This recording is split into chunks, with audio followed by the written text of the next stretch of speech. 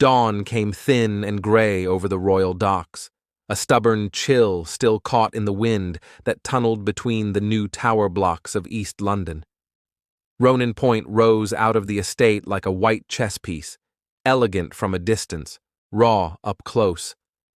22 stories of factory-made concrete, stacked and stitched together in a hurry, the future delivered by lorry. Inside, corridors smelled of plaster dust and boiled tea. In flat 90 on the 18th floor, a tenant named Ivy Hodge struck a match to light her morning kettle. What happened next took less than a second and then lasted forever. The match flared, the room bloomed. A soft hiss of escaping gas turned into violence. A puff of flame kicked the air, and the thin walls around the cooker, panels more than walls, jumped in their frames. One panel blew outward into the morning, like a cupboard door flung open by an invisible hand. Another followed. The corner of the building peeled. The floor slab above lost its bearing, then the one above that, and then the one above that, each depending on the last. Gravity found a short road and took it. From the ground it looked impossible. The southeast corner of the tower unzipped, apartments opening like dollhouse rooms to the sky while bed sheets and chairs tumbled into the light. People later would call it a collapse, but to those who saw it, there was a sickening sense of the building choosing its own end, each panel letting go of the next with a calm, merciless logic. 4 people were killed before the dust settled. 17 more were injured. Ivy Hodge survived, flung across her kitchen, dazed and smoking, later insisting she had only done what she did every morning. Firefighters arrived to a scene that changed under their feet. Stairwells ended in daylight where concrete should have been. A pram leaned at an angle against a broken balcony rail, stopped by luck more than design. On the estate green, neighbors stared up with hands over their mouths, unable to reconcile the clean, modern promise of the tower with the jagged absence now running down one corner from the 18th floor to the ground. The tower was new, months old. The brochures had shown sunlight and safety. The morning showed something else. Investigators began with the obvious: the gas. The mains had been extended up the tower like veins, feeding cookers through shiny pipes and slender joints. A leaky fitting, a window closed against the morning, and the right concentration of methane gathers invisibly until one tiny spark becomes the loudest thing a human ear can hold. But gas alone did not drop a corner of a tower. That, the engineers said, was the building's doing. Ronan Point had been built by what officials loved to call industrialized methods. Large panels cast off-site, floors and walls craned into place. A system adapted from the continent, where speed had been a virtue in the Reconstruction years.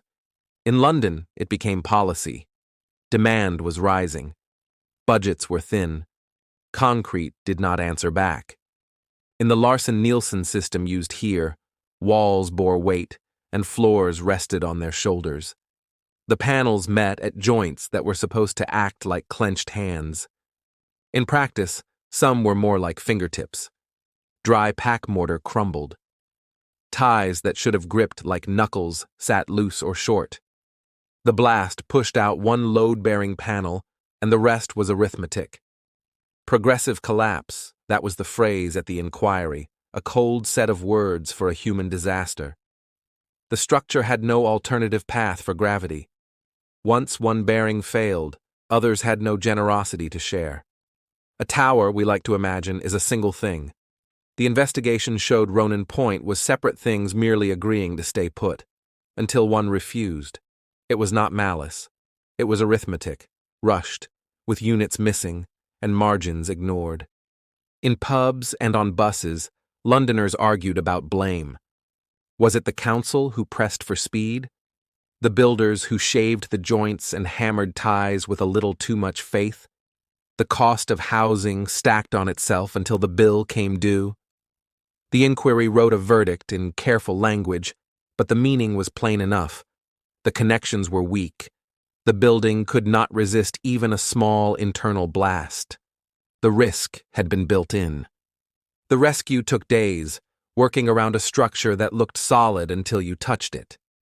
Firefighters moved like chess pieces, never loading a floor edge, never trusting what had held a moment before.